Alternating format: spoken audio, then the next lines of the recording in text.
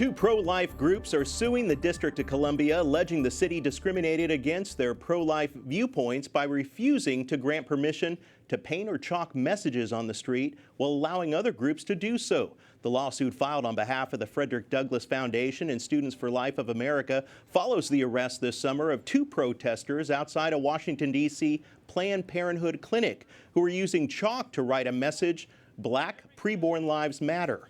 Reverend Dean Nelson, Executive Director of Human Coalition Action and Chairman of the Frederick Douglass Foundation, joins me now on Skype to talk more about this lawsuit. Reverend Nelson, welcome back. It's good to see you, sir. It's great to be here, and thank you so much for giving attention to this important issue. Most definitely. Now, why was it important for you to move forward on this kind of legal action? You know, it's important because the American people need to know that viewpoint discrimination happens too frequently in our country, and the mayor in Washington, D.C. clearly violated the rights of the students and our members, and that's something that is an injustice, and it needs to be remedied within our culture. If we can, let's talk for a moment about the August arrest. From what I understand, everyone was told that you would not be stopped from writing these messages in support of Black preborn lives as long as you use paint that would quickly wash away, but that wasn't the case, right?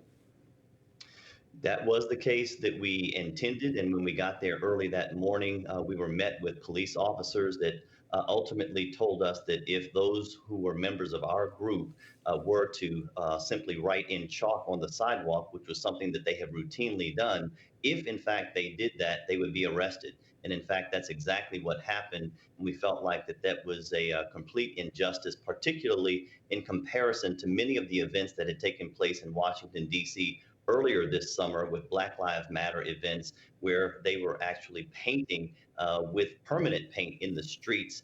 And so we felt like that this was a contradiction and needed to be called out. Most definitely. I mean, as you mentioned, there are others that have been able to paint their messages that have been allowed to stay in place, and some might consider this a double standard.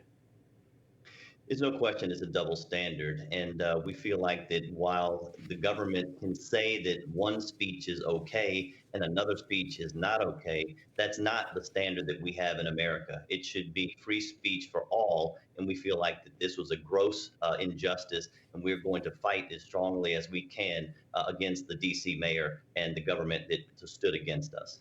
Let's talk about the abortion issue and what role has abortion played in the loss of life in the Black community in particular?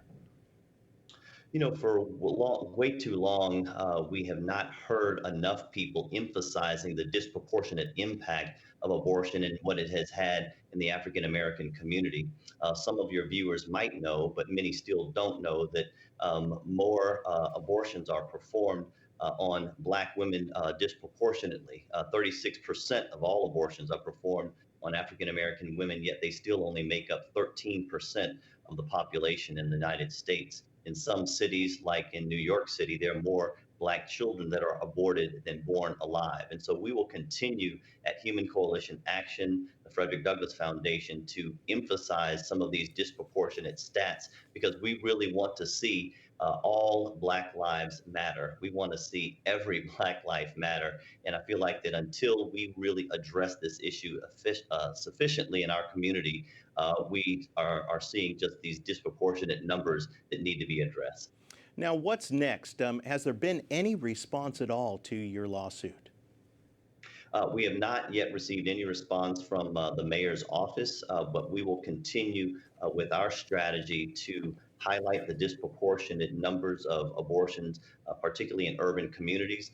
Since this incident occurred in August, we have done other cities like Baltimore, where we were happy to say that we were met in a much more positive manner by the police. And we'll continue our fight with Students for Life in cities across America to make our voices known and to stand up for preborn children all across America.